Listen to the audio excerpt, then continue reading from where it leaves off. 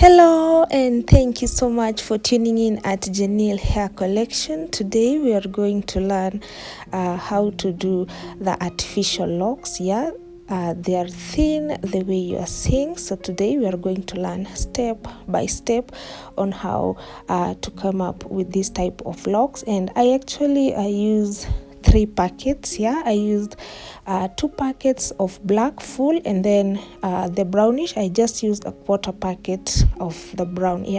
And I use fluffy kinky hair. So this is the fluffy kinky hair, and this is how it looks when you unpack the hair. This is the short one, and you need to unravel the hair until it's bouncy and fine, like that. And I use this type of pin crochet 0.90 mm. You can find it at any woolen shop or cosmetic. And then from what you're seeing now, I'm going ahead and start unraveling the hair. From the look, this hair is kind of hard, but it's very, very easy to unravel.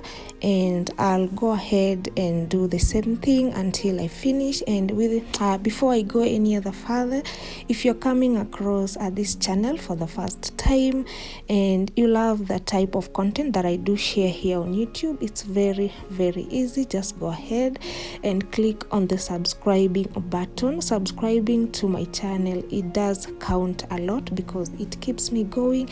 And turn on the notification bell on so that you'll be notified anytime, any day that I do upload a video. And then for now, I'm going ahead and start brushing the hair so that it will be fine and bouncy, as I mentioned earlier. But this is not a must, this is optional. So if you want to do this, you're good to go. If you don't, again, you're good to go. So brush the hair, and this is how it looks this is how it looks after brushing. And then for now, I'll just have to take a small section so that I'll make the bottom part the way you're seeing, and I'm going to fold it a couple of times. I'll fold it like 3 times, but this will depend, folding, it will depend with the length of artificial locks that you're going to make. So for mine, I had to fold it 3 times, and then now I'll have to start now tucking in. And when you're doing this, you need to be very careful so that you won't stick yourself.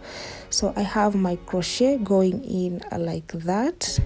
And as I tuck in the hair, you can see my thumb on the left hand, it's controlling the hair. So when I tuck in the hair, my thumb is rolling the hair on the other side, and you can see how I've done it so fine and smooth. And when you find yourself struggling when you're doing this, there is something that you're not doing right. This should be smooth and flow. So you can see my thumb, like I said, it's moving on the other side as the crochet is going in as I tuck the hair. So I tuck in, and then my thumb is moving on the other side. It's like clockwise and anti-clockwise so that the lock will form. And it's as simple as that. And for the first time trying this, you'll find yourself sticking yourself. You'll find like this is too much work. But trust me, when you keep on trying this, it will be fun. And on your free time, you'll just think of, let me make some artificial locks, and it will be like, let me just say, it will be like a hobby. When you're free, you'd love to go and do this. So I'm going to repeat the same thing and at least make it straight and fine. But when you're doing this, it shouldn't be too tight. And at the same time, try to tuck in as much hair as you can, the way you're seeing. And again, making this type of artificial locks, it has 3 steps. The first step is just randomly tucking in the hair so that strand, the lock will form. And then the second step is now going ahead and trying to tighten as you tuck in all the excess hair above the lock, like how I'm doing it now. And then the last step, that is when you have to use a little bit of oil to protect your palm, and then you go ahead and palm roll. And then when you're palm rolling, it's not just palm rolling, you have to press the lock on your hand so that it will be straight and it will look like the natural lock.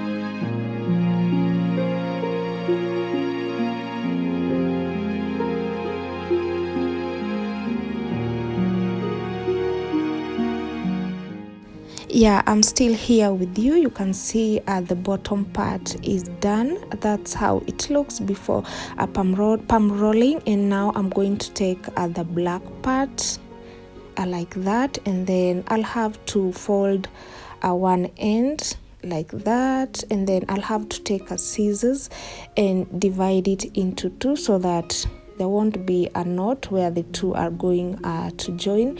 And I'll just put the next part in between like that, and then I'll roll the hair over so that the brownish part won't be seen. It will just look like it was done as one. I hope you're getting what I'm trying to say. It will just look, it's flowing, like no one will notice the two parts being joined together. So I hope you're getting what I'm trying to say.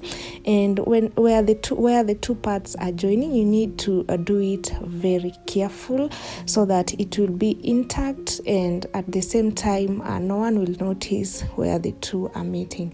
And I hope you are learning something. I hope you're finding this video helpful. I hope you will go ahead again and try this. And at the same time, now you can see how it looks. So I'm just going to do the same thing of tucking. Like I mentioned earlier, this hair has a 3-step, and now doing the first one, just randomly tucking in the hair so that the lock will form. And then I'll go on the next step just to try to tighten as I tuck in all the excess hair above the lock. And then the final one will go ahead and palm roll. So thank you so much for taking your time and watch this with me. At the same time, thank you for not skipping anything, so that you will get to know how to do this type of artificial locks. And again, this type of hair, it doesn't expire. You can use it as many times as you want. And at the same time, the more you use this type of hair, it will tear out and it will just look like the natural lock. So that is the thing that makes these locks more unique, and at the same time it makes it let me just say look more natural. And it will depend with the type of installation that you're going to choose. So I'm going to stop by here and let you guys continue watching this up to the end. Don't skip anything, and I hope you'll find this helpful.